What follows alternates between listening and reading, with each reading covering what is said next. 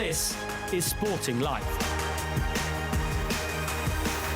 Well, welcome along to the Sporting Life Rating Podcast, our third successive week, and all change in the Celebrity Square. Changes had to be made after last week.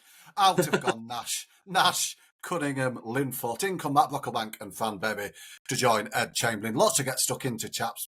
Ed, we're about the last of the party with this one, even though you were the very first on Saturday with a fallout to that fighting fifth hurdle, MGM fighting fifth hurdle at Newcastle. The dust has settled. Nicky's had his say. Everybody's had. I thought the instant ITV action, by the way, was fantastic from McCoy. Yeah, to have McCoy, Fitzgerald and Ruby Walsh available on site like that to react as they did, I thought was absolutely wonderful. Ed Chamberlain, we're a few days down the line now. How do you react to Constitution Hill's third fall in 4 starts? Well, the first thing I want to do is give the winner credit, Golden Ace. I think she'd have beaten the new line anyway, and she's just a brilliant mare with fabulous connections. And Jeremy Scott, what a superstar he is, having his first winner for 222 days, whenever it was. Not a bad way to break that sequence with a Grade 1 winner. So fair play to her. But television-wise, what drama, Audie. Oh, my goodness me. I was at Newbury, obviously, and the gasp when Constitution Hill came down, and then the gasp when the new line came down was incredible, really.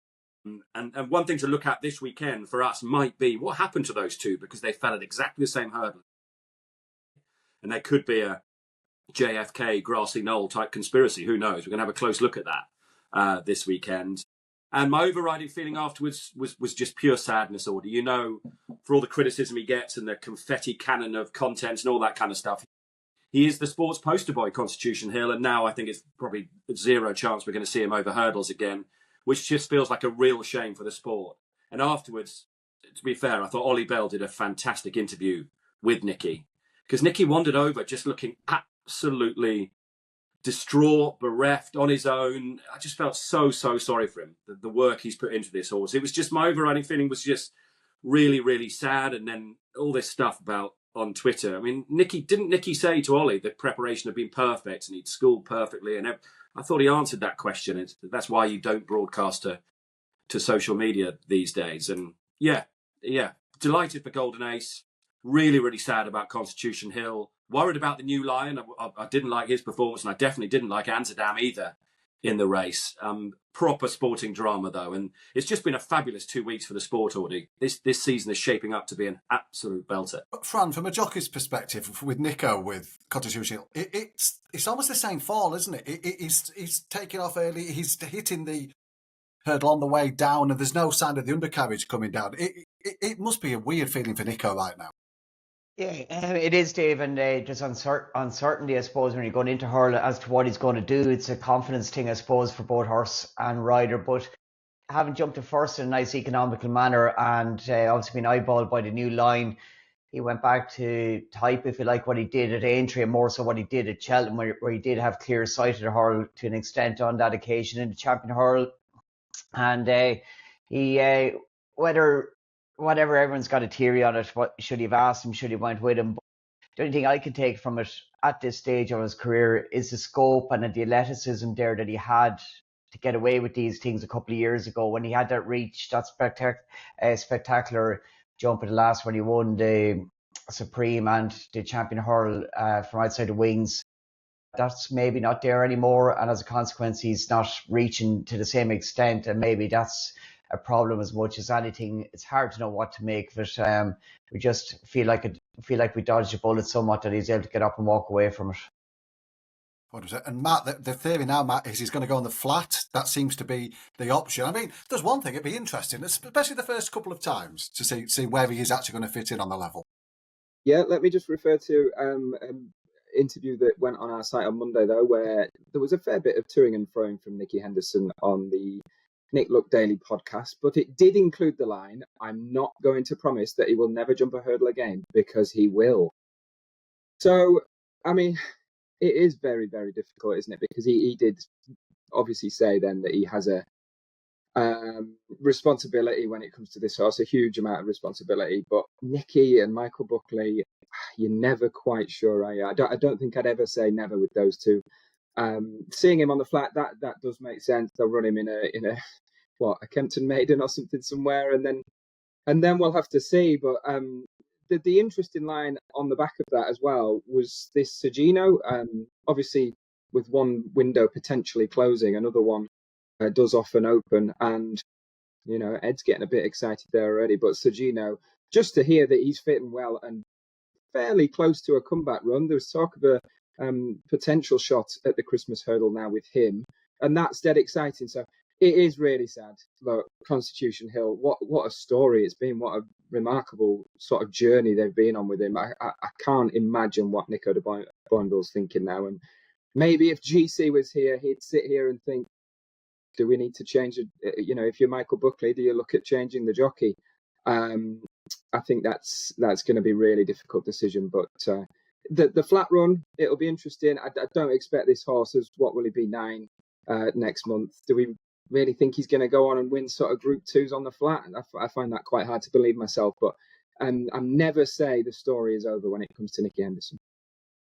No, but I just think as Ed said, it's so difficult to run him again now, because if something did happen to him in a fall, the fallout would be horrific. Fran, we do need to touch on the performance of the New Lion. Ed has.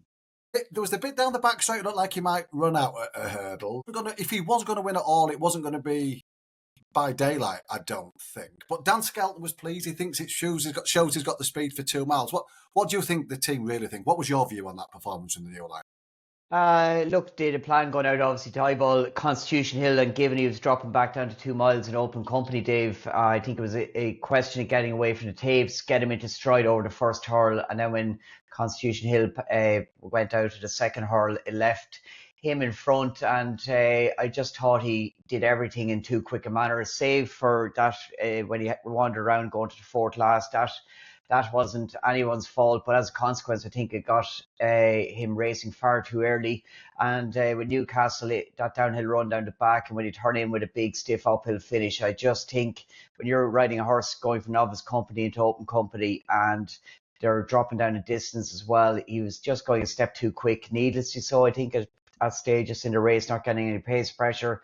And at third last, it's a fall that can happen when you're asking a horse to sort of going quicker than they ever have done in the past. It was unfortunate, but I think on the day it was an overly aggressive ride, and needlessly so at times. Fran, what about Anzadam? We were going to learn about Anzadam at Newcastle. He hung, didn't he? As soon as he was off the bridle down the home straight, he was hung. I mean, you hope, that he's physically okay, because the issues that he's had. But what did you make of him?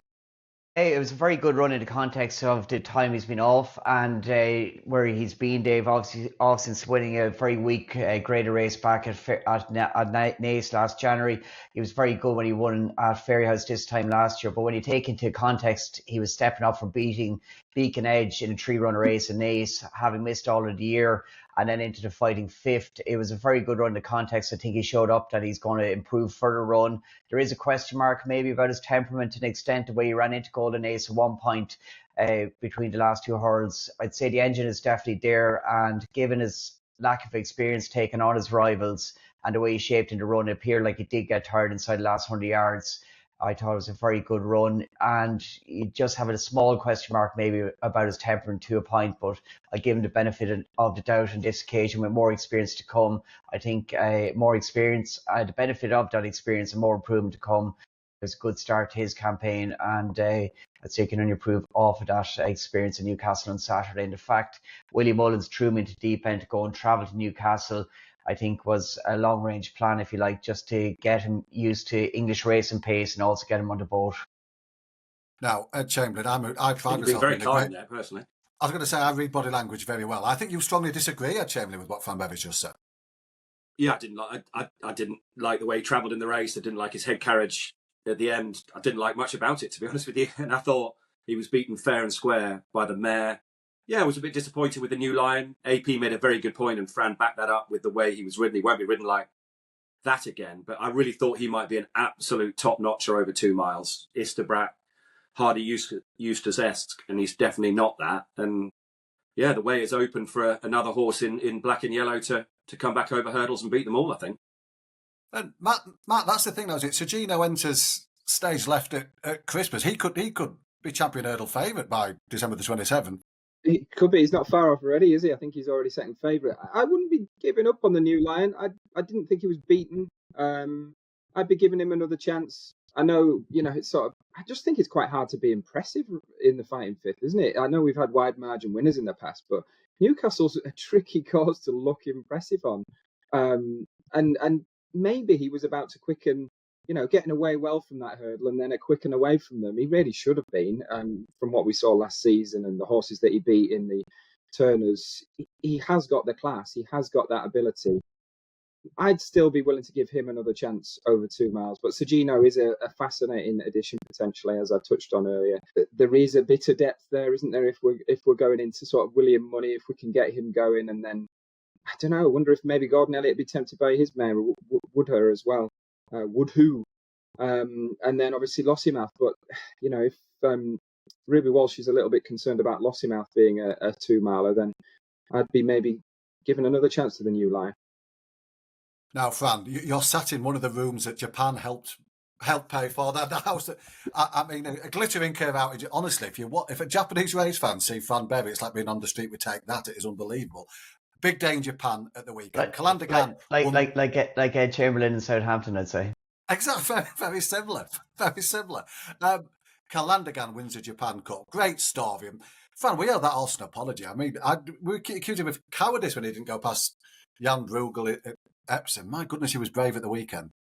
Really good, wasn't he? And what a race, Dave, and what a result. I think, the Japanese would have been happy and very delighted, obviously, that Calandagan could go a win, give a European runner the first win in the Japan Cup for 20 years. That a lot of horses, including Augusta Rodin and Goliath, had tried last year. So for initially to get Calandagan over there in the back of what he's done in Europe this season, for them was a big coup. But from to go and win and beat the champion 3-year-old in Japan effectively in Masquerade Ball was a superb performance, and it'll create hopefully more competition going forward. That said, it just shows you the caliber of a horse you need to go and win a Japan Cup when you take into context. Calandagan is at the peak of his powers at present, and he just scraped home, albeit in a thrilling finish.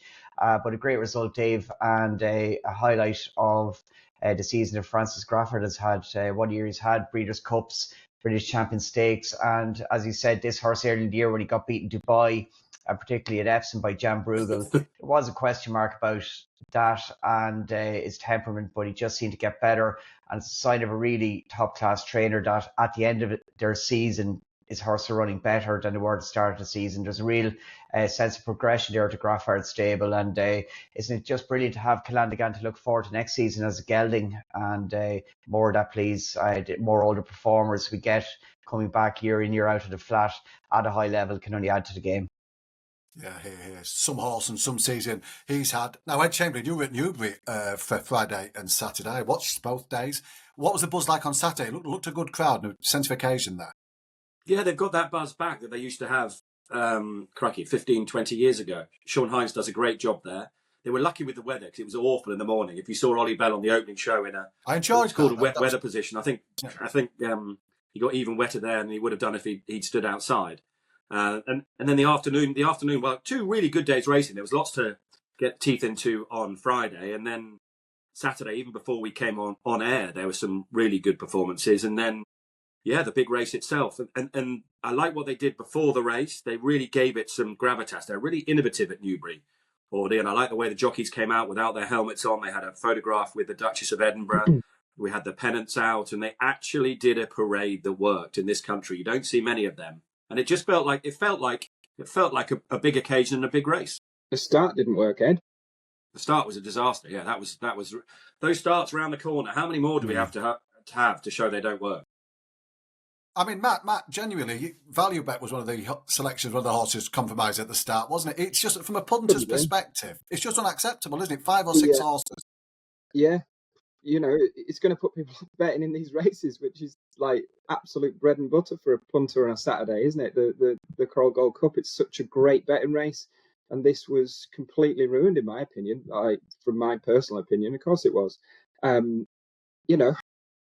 Do I really need to be factoring in the fact that, Peak Rock has been a bit sluggish at the start in previous races, just in case they have to have a couple of false starts and they have to stand in start. It really was disappointing, this.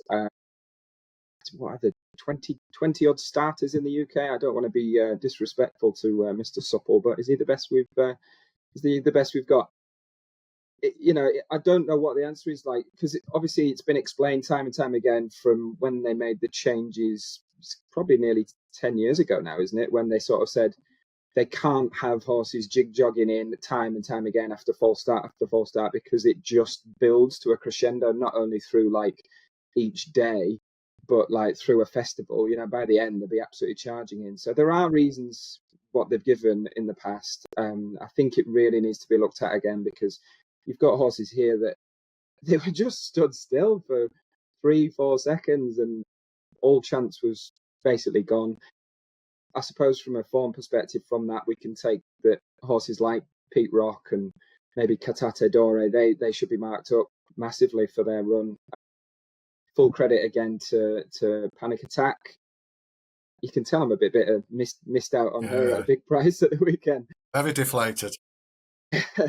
She was really good, to be fair to her. I watched back, it was Great Endeavour, wasn't it, who tried to win this for the Pipes in the Johnson Suggs a few years ago, I think. And not many. I think that was the last horse Paddy Power winner to try and follow up in the same year in the then Hennessy and Ladbrokes Trophy and Coral Gold Cup now. And I didn't think he stayed, and I didn't think she would stay either fully. I just thought this was a deeper race. And in it, 3 miles, 2 furlongs around Newbury, I thought it'd be more of a test for her. But she's come through it really well, and she's gone up a few more pounds, but she's 147 now. I'm not totally sure where her ceiling is. She's 9-year-old, but what a brilliant job she's done for the Skeltons, who are the thick end of $1 million clear now in the Trainers' Championship. And Skelton, looking back at it last season, seeing it's amazing, isn't it, how he's really picked up the Paul Nicholls baton. Nicholls won the Paddy Power and the Coral Gold Cup last season, and Paul Dan's basically, hold my beer, I'm going to win him with the same horse. It's an easy way of doing it. Fran, just from a jockey's perspective, what goes through your mind at a start like that? Do you know you're on a leading fancy and all of a sudden you're left 6-7 lengths and plan A's gone straight out the window?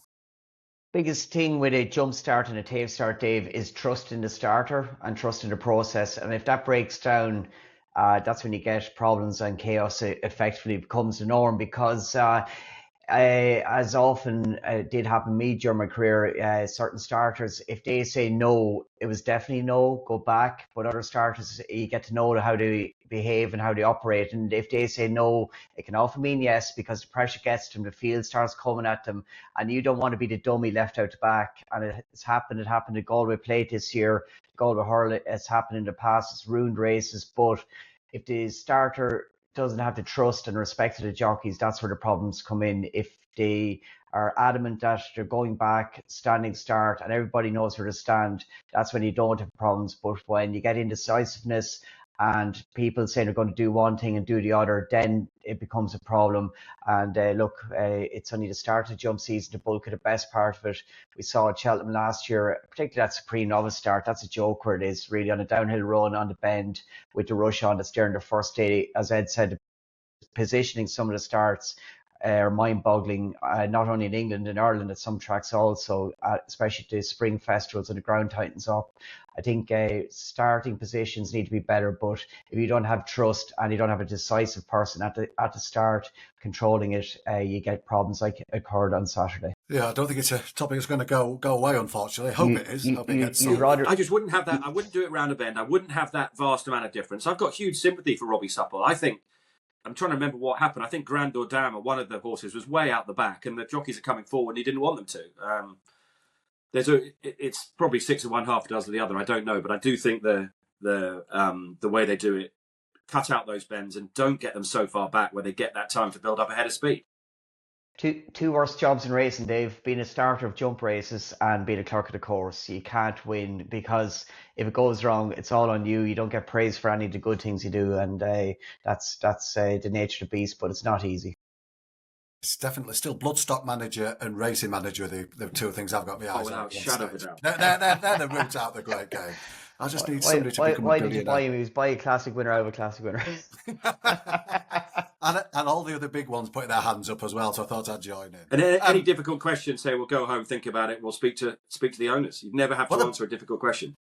Well, the best one is if you're racing manager for somebody with horse with Willie Mullins as well. You've no idea what's going on, so you can't answer anything, have you? Suddenly it's return on the computer and Lottie Mouse running over 2 miles in the Morgiana, and Anyway, there you go. Did you see Ed? the Nicky Richards interview, Dave? He gave a fine example of an interview with Gordon Brown. I think it was yesterday. It was absolutely fantastic. After that nice novice hurdler one, he just he's so good, is Nicky. He's just like said absolutely nothing. He's brilliant.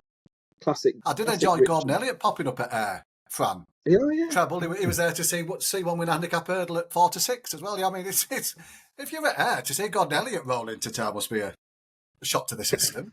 Yeah, and Scotland was where he made his bones, if you like, Dave. As he said in an interview with Gordon Brown, that's runners and winners of Perth and Ayr, and tracks up the north of England is where it got him going when he didn't have the standard of horse to compete with. And he got in plane Sunday evening after having a 4-timer at Fairyhouse. What a result that was! 2 winners the day before, and on the back of Romeo and Julio and that thrilling Hatton's Grace hurl on here, back to brass tacks, back to reality on Monday in Ayr. But 3 more winners, 20 winners after yesterday in the last 2 weeks for Gordon Elliott. Team could not be going any better. And if the Willie Mullins battalion's going to get going, if the Elliott team can maintain their form, we should be in for an exciting Christmas period. I agree with that totally, Fran. That's why this season, Audie, I'm getting quite jiggy about this season, because you've got the Elliott factor banging in these winners with Willie yet to really get going, but also the British Challenge just feels much stronger this year. Good stories, good horses, very hopeful. And they're being shared around as well, aren't they? Jamie Snowden on fire this season. Bendigo looks a really nice novice chaser for him. Won the John Frankham, who appeared on Ollie Bell's new podcast last week, and on every other media channel. Every other media channel. I hadn't seen John on telly for 50 weeks, and he was on everything for 3 days. But Ollie was first, as he kept telling me. And then he was at the O'Sullivan lunch on Thursday, and it's just such great company. He's some man, John Frankham, and he was at Newbury. And that race does throw up nice horses. It was such an interesting race to watch, with Regent Stroll just running wild, really, and Cobden would have some of the best hands in, well, 2 of them in total, and he never even got close to settling him, did he? And I think he's a nice horse. And then it was an interesting race because the Ben Pauling horse, no questions asked, just cruised through the race. And just imagine Ben Jones would love to just have another go at that and leave it a bit later, because Wendigo wears his heart on his sleeve, very, very likeable, good stayer, the kind of horse you probably want for a 3-mile race at Cheltenham. We just wonder whether one horse might just have a bit too much. I'm thinking Final Demand, obviously, might just have a bit too much class and speed for him, but he's very, very likeable. And that was a number of really good races at Newbury over the 2 days. The long distance hurdle, Matt Impostoir on his way up, got the job done despite a mistake at the last. It's easy. We're going to move on to what happened in Ireland over the weekend next. But where do you think Nicky Henderson's horse is going to sit by the end of the season? That is it, hasn't it? You've got to sit everything in the context of kind of every Saturday in Britain and then what comes a day later in Ireland. And Impositoire, as Nicky said after the race, that probably puts him at the top of the defenders. I think he said that was his phrase, and maybe it does. Yeah, he's backed up his big handicap win under a big weight, and he's kind of in the mix. But I think what we saw a couple of days later in Ireland will surpass that come the end of the season. I mean, as likeable as he is in Impositoire, and he's not fully exposed yet. But just finally on Newbury, Dave, I just wanted to mention, obviously, Regent Stroll. Paul Nicholls, he pulled it off, didn't he, with Caldwell Potter in the novices handicap chase at Cheltenham. And I wonder now, don't you, Regent Stroll has an official mark of 143. Now, if he can somehow look after that until that novices handicap chase at Cheltenham, I think he'd be delighted with that come the spring and then into Aintree. But I wouldn't be surprised if we didn't see that horse in another graded race if they sort of kept it low key with him and maybe tried to sneak him into that handicap. I think wherever he goes, a hood will be on next time, won't it, for what Paul was saying in the immediate reaction afterwards. Right, Fran, we need to talk about that Hatton's Grace. I mean, we're having some absolute classics served up already this season. That was another. Where were you with those two afterwards, with Tiapu and Ballyburn? What did you make of the race and the performances? The race itself, Dave, what a thrilling spectacle. And just on the weekend at Fairyhouse, obviously it's the third weekend that was inaugurated in the last 4 or 5 years in Ireland. So you kick off with Navan that weekend. Great scenes when Answer to KF1, the Tri-Town Chase for Cork trainer Terence O'Brien. You had Colonel Mustard winning the rescheduled race on the Monday as well. And then on to Punchestown with the Durham meeting last weekend.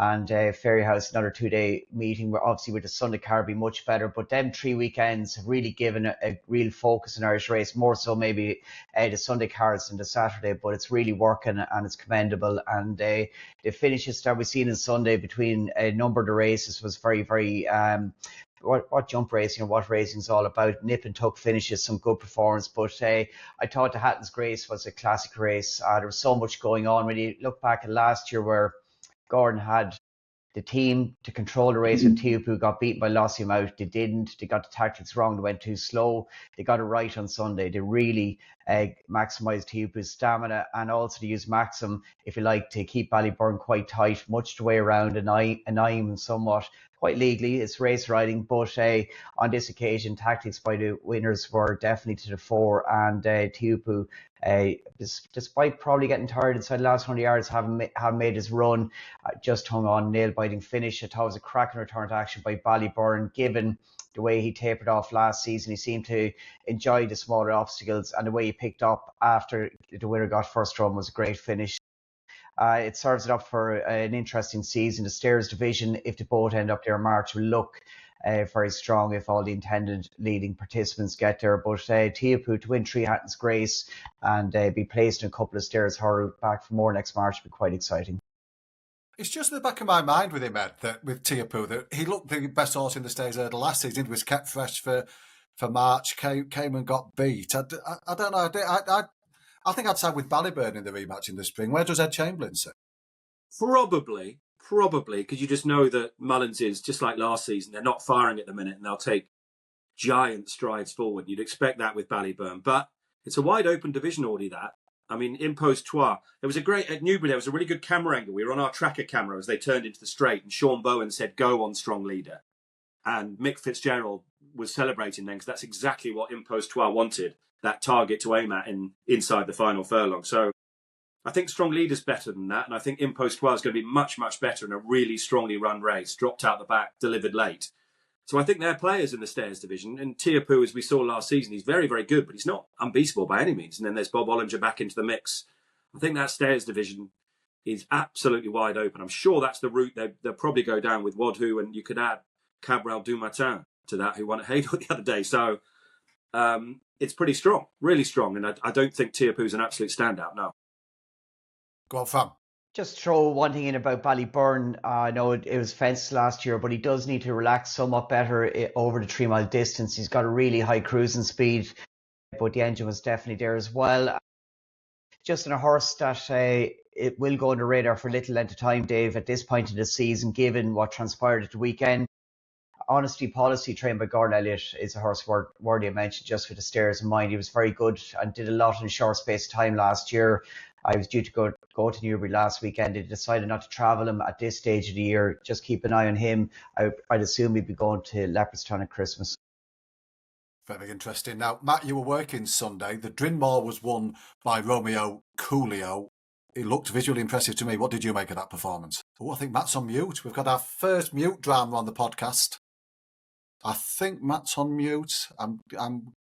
He's off. There we go. Silky smooth, Dave. Silky smooth was the answer to Romeo and Julio. As was Audie's link there. Thank you, Ed. I didn't panic. Julio from myself there.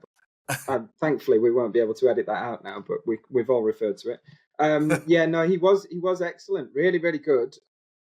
Important not to get overly carried away, I suspect, just given the horses that he beat. I mean, it was obviously a Grade 1 race, but we're looking at what the Scottish Grand National winner was in there. You know, he's coming up against sort of slower horses relative to his natural speed, I think. It was kind of stressing afterwards that he's going to fall between he's a Turner's horse, isn't he? But he's obviously not going to be in a handicap. He's possibly not got the gears for the Arkle, but he doesn't want to go 3 miles with him yet at this stage. Now, I mean, we saw it with Django Bay, didn't we, last year? To me, he should definitely be running in an Arkle. So whether they go down the sort of Irish Arkle next, I would imagine. But he's beat Gold Dance at 8 lengths.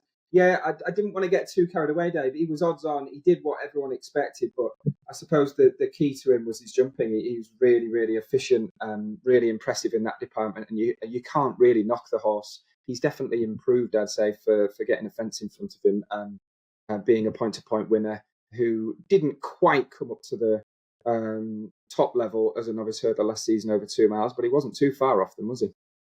And this is where Billy would bemoan the lack of the 2.5 mile novice chase, which I think is absolutely magnificent, because they're going to have to go one way or the other.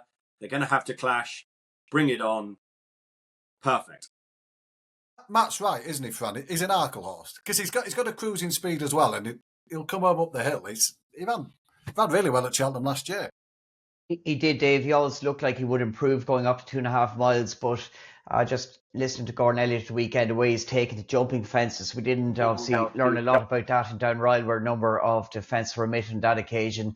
But he was taking on more experienced rivals, albeit at a slightly lower level to his ability on Sunday. But he looked very natural and very much in his comfort zone. And I would imagine at this stage of his career, he goes shorter rather than longer. And, maybe the right air in 12 months' time, if everything went to plan, would be his ideal setup. But you do need stamina as well in the Arkle with the speed to go. And he did hold his own at Cheltenham Supreme last year.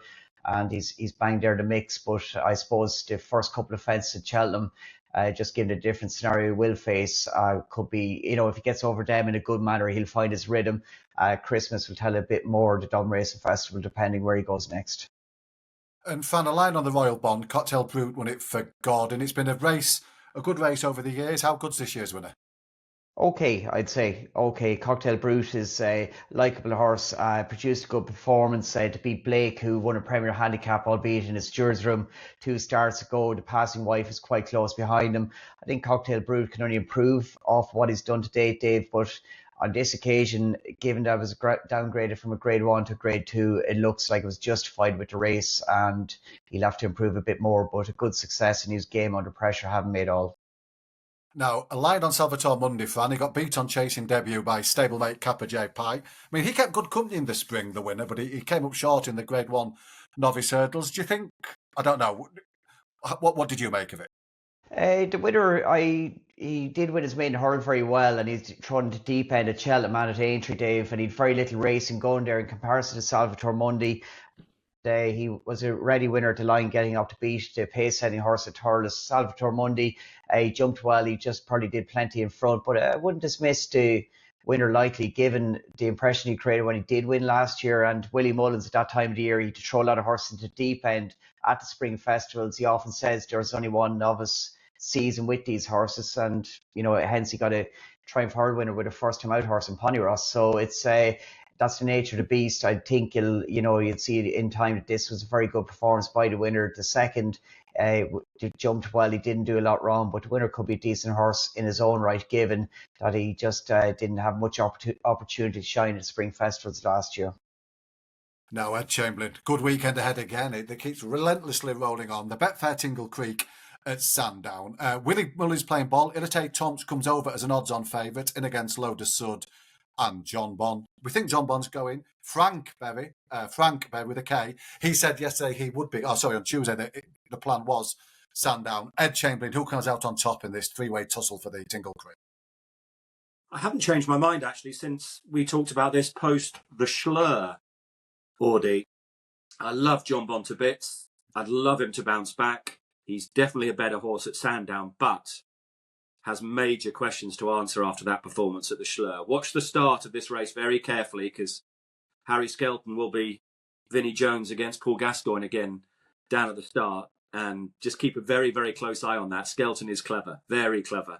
And to me, Frank might disagree here, but I just thought John Bond might just be on the downgrade. I just worried about him. Didn't look in love with it that day, and he's got questions to answer. I couldn't back him even at 4-1, 9-2 Audi. And this time last week, I think I said Impose Trois might rival favouritism with Strong Leader. Well, he went off favourite. And I could see these two at the top of the market coming much closer together. For me, 4-7 Eteton, first time up for Willie Mullins, the way the horses are being campaigned this season again, he's too short, really. And I thought Loda Sud, we know he loves Sandown. We know he loves this time of year. He was very, very good last time. And we know what the Skeldons are like. Every weekend they're banging in these big race winners. And I think the two of them will come much closer together come the off on Saturday. And just the way the Mullins horses, it's just a matter of time before they hit form, of course. But he's campaigning them just like he did last year. Remember, they were all being beaten this time last year. And it's kind of happening again. And they were not cited in the Coral Gold Cup. Anzadam, I thought, was disappointing in the fighting fifth. So I think you're a brave punter if you're backing Il Était Temps at 4-7, even though he was breathtakingly good in the Celebration Chase. And at the prices already, I'm very much in the low de suit camp. Now, I do agree with you about the one is odd, but you should point out this has had a run. He won the Clonmel Oil. So this has been the target, the Tingle Creek, with Il Était Temps. It's been fair point. That's a very fair point. Yeah, that's the only part I want to make. He has had a run and he has been aimed at this. But there's Ed Chamberlain's take. They're going to be quite close in the market, Matt Rocklebank. What do you say? Yeah, bit boring, but I'm agreeing with Ed here. Yeah, I think, I suppose the important thing to remember here is that, like, I'm not, making the case for Loda Sud being the all-conquering Queen Mother champion chaser of the season. I just think this race is going to be the one where, if he's going to beat Il Était Temps, it's probably going to be this one.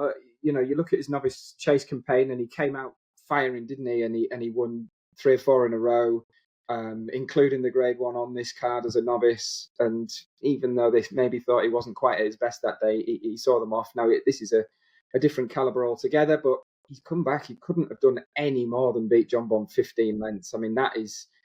If you were a little bit concerned about John Bond having the legs for 2 miles still after the Celebration Chase, then the Schlur really hammered it home. I think Loda Sud might be the one for this weekend. Yeah, he's going to handle any sort of further easing of the ground if we get that. I've got full respect for Il Était Temps. This is a horse where I remember, I think it was last season where I was kind of, at the beginning of the season, I was making a case for him to be running in the King George, I think it was. There was rumours of him sort of coming back over 2.5, and then maybe, I think he was 3rd or 4th favourite in the King George betting, and maybe he could stretch out to 3 miles. And I've always kind of liked him. I love Danny Mullins, to be honest. I think he's massively underrated, and I think Paul Townend maybe overlooked this horse once or twice. I know he was riding an Ergomin at the time, but it took a little while for Paul Townend to fully believe in this horse, I think. I do like Il Était Temps, but like Ed, I don't like him at odds on. Don't like him at odds on for a British Grade 1 before Christmas. I just think if there's a horse that's going to be absolutely cherry ripe and nailed on for it, and I know Skelton said Loda Sud will not improve physically from that Schlur run, I don't think he'll have to give him a right good race. Now, Fran, Paul Townend can't wait to get on him. He's talking the talk, Il Était Temps. I'm quite sure you're going to... This is one for the favourites, surely. I think about Il Était Temps, Dave. I don't think anyone knows how good he is, really. He's a horse that doesn't obviously show up at all on the gallops at home to an extent, and he does be underrated in the main on everything he does. But his win there at the end of the season in Sandown, given the length of time he was off the track, he's also beat and had some good tussles with Gaelic Warrior as a novice. Limerick, of course, a very memorable day in that Faugheen novice chase, but he beat him afterwards at Punchestown over 2 miles. And given he's only had one run into last season, where the trainer would even admit that he wasn't really ready to go, but that he just felt that with the Trainers' Championship and the fact it was last opportunity for him to run at that season, that they rolled the dice and he duly went and won over course of distance in a really good manner. I wouldn't dismiss him. I think he's a wonderful horse for connections, and he may well, the fact he has started earlier this year than he did last year with regular race, and I think he can only improve off that, and he should develop into one of the leading 2-milers at the odds. I'd be happy to watch him and see how it develops, but I do think he's a horse that it's only now this winter we'll really get to see the best of him or begin to respect how good he is.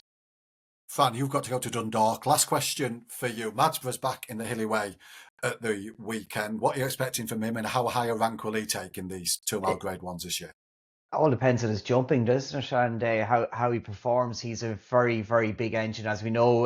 Connections went chasing with him last year, and the way he started off, Dave, despite being a little bit guessy at some of his fences, the engine is definitely there. And that run in the Arkle at Cheltenham, where it was remarkable given the mistakes he made and the time he lost and spent in the air at various fences to go down by 3/4 a length. And if he jumped the last, he probably would have won on that occasion. The engine is definitely very much there, and hopefully he's learned to grow up a bit on the job. He is going right-handed, and he did at Punchestown show a tendency to jump quite markedly left. But nature of racing at Cork is there's 2 long back straights, 1 cross fence. So hopefully that won't be as pronounced at Cork on his seasonal debut. But it's something to bear in mind that he did go violently left on 1 or 2 occasions at Punchestown. The engine is there though, and he's a hugely exciting horse. I just hope his jumping is a bit more straightforward than it was last year. Energamine, great to have him back. The winner of the race last year. Met Joseph O'Brien, who was up in Dundalk last week to work Al Rifa, who's going to Hong Kong in a couple of weeks' time, and he said Banbridge is also in course start there, and he looked like he may well have won this race last year before unseating at the last en route to winning the King George. So it looks a very good renewal, but you'd like to think if Majborough pitches up anywhere near his A game and his jumping remains intact, he should be hard to beat. Brilliant, thank you, Fran. You now have permission to depart. Enjoy Dundalk, the Wednesday night lights, and a new regular fixture for you as well. So good that you get down there twice a week in the winter. The people wanted Dave. Exactly, they demanded it and they've got it. You can see Fran at Dundalk in 2 hours' time. Good luck, Fran. Brilliant. Thanks, Fran. Ben. Best Good of seeing luck. you. Cheers. See you later. Fran Berry there, ladies and gentlemen, heading for Dundalk. We're going to head just for a quick line with you two guys. I'll come with you first then. There's the Beacher Chase at Aintree this week, and there's a plethora of valuable staying handicap chasers right at the minute, isn't it? We've got the London National at Sandown. We've got a valuable one at Kelso at the weekend. We had the rehearsal last week with barely a handful of runners in it. What do we do? What do we do, Ed Chamberlain? What would you do? It's just the same as, this seems to happen every weekend. It was like the other weekend when I didn't like the graduation chase, that you had the 1965 and you had the Betfair. It just rolls on. There's not enough horses and there's too many options and too many races, and always 1 or 2 of them will suffer. The rehearsal chase was a complete non-event, really. No offence to the winner. It actually held up all right from the 8 entries. It had, 7 runners in the end. But they're the races that suffer, and the London National looks like it's going to be the race that suffers. You've also got that Welsh National Trial. There's just so much. And sadly, the population of the horses doesn't, I'm afraid, these days doesn't allow it, doesn't suit it, and something's got to be done. But the Beacher Chase, Matt, does give us that side to the Grand National fences. It's always exciting. It's often a decent betting heat as well, isn't it? It's quite a strong anti-post book. It does, yeah, it's decent. I can't believe Ed's talking down the handicaps after I started a column called Handicap Hints this season, Ed. You've obviously been reading. It's not just the handicaps, Matt. There's just too much of everything. No, you're right. Yeah. I don't like the sort of crossovers. Just seems idiotic, doesn't it, when you end up with 7 and 8 runner handicap chases on a big, what's supposed to be a big Saturday. We've known that for a long time. It's going to need paring back. It has to happen at some stage soon. The Beach does seem to be holding up. We've still got sort of 19 entries. I know you're looking at kind of like 2 or 3 for Skelton there, aren't you? And there's a couple of trainers that are doubly represented. But we'll see how it pans out. We've got horses from the Grand Sefton just the other week as well. Oliver Greenall and Josh Guerrero seem to be keen to go again with that White Rhino, who's had 1 or 2 issues in the past. Bled from the nose, I think, at the end of last season a couple of times, and was down the field at Aintree on his comeback. But they've got Gorborio down at the bottom as well. Mr. Vango, he's a fascinating horse, isn't he? For Sarah Bradstock. Defied top weight to win the Midlands National. Now the runner-up is potentially in opposition as well, and he's going to be 2 or 3 pounds better off. Tanganyika for Venetia Williams. That one's got to be of interest. The younger leg, 7-year-old. One that stands out for me, Dave, is down the bottom of the way. It's Ollie Murphy. He's got this Western in the Park. I think he's going to be really interesting. There's been 1 or 2 nibbles for him already this morning. I think he's about 14-1 at the time of writing. Formerly with, Milton Harris and then Anthony Charlton, but Ollie got hold of him last season. He's gone chasing, bumped into a few really nice horses. Second to that Peaky Boy of Henderson's at Cheltenham. He was second to Hunter Legend, Venetia horse who ran in the Paddy Power just the other day. And then it ended on a bit of a low note in the Kim Muir when he was well beaten, but he's come back this season and run a really promising race at Carlisle. He was sent off favourite that day off 131. He's actually been dropped a pound for the run because he really blew up, basically. He came there, he travelled really nicely, he jumped efficiently, he arrived on the scene, and then at that final climb to the line at Carlisle really caught him out, and he was beaten 5 lengths in the end, so he's come down a pound. He's on a workable mark, in my opinion, and I think he's worth a chance the trip, Dave. I know he's got a little bit of a question mark now, having finished as he did at Carlisle and struggled in the Kinmure, but he's a 3 mile pointer from back in the day, and I think he's worth another chance at the distance. Interesting, thank you, Matt. And last word, Ed, to you. What else are you looking forward to this weekend? We've got Lalamba in the Henry VIII horse. I know you've got a lot of time for. Yeah, it should be another really good day, another Super Saturday. That Beecher, it's just such a shame with the $500,000 bonus put up that there aren't a clutch of Irish coming over for it. A few weeks ago, I thought the Beecher might be an absolute ripper of a race. It's still a good race. I backed 2 in the race already, actually. I backed White Rhino last time, and he was hampered early and then never put in the race at all. I think he's capable of a lot better. And this Bill Baxter, there's a really good vibe from Warren Greatrex about Bill Baxter, and he's obviously won a Topham before. I think he could go really well. I've backed the 2 of them against the field. Friday at Sandown's interesting, Audie. No drama this end. You know what I think of that horse. We might see him again, which Nicholls said wasn't going to happen, but it looks like it might. So I'm looking forward to seeing him. And then that Henry VIII is really good on Saturday. It's a good little race. That I think Lalamba, as much as I like him, is too short. He as I keep emphasising, he's really good, Lalamba, but he's not a Sergino. Sergino's a freak, and Lalamba's a really nice horse, but he's not in that class. And I just think Skelton's going to make that really difficult for Lalamba, because I think he's going to bang out Be Aware, make use of his jumping and his experience. Don't forget, Lalamba's coming from juvenile hurdles. This is often a difficult season for 4 Rising 5. And Be Aware's running all those big hurdle races like Loda Sood had this time last year. And I just think he's going to make life really difficult for him. I actually like the Sam Thomas pair in the race, whichever he runs. So I think Lalamba's too short in that race, Audie. And then...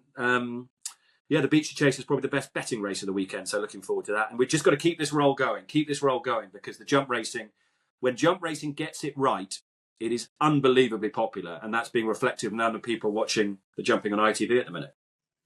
Good news. That's something that we desperately need in the great game right now, and we will cling to that. Thank you to Ed, and thank you to Matt, thank you to Fran, even though he's currently heading down to Dundalk. We'll be back on December the 22nd, I think it is, for our Christmas special. Might even be a Mike Vince Christmas quiz thrown into that. Oh, An absolute throwback to lockdowns and during the pandemic. We'll be back with an online quiz. But yeah, we'll be back on the 22nd of December for our Christmas special. Thanks to Ed, as I say, Matt and Fran, and fingers crossed for another cracking weekend of action. Download the Sporting Life app for the best racing coverage, including live racing blogs, fast results, stable tours, trainer and jockey interviews, expert opinion and tips.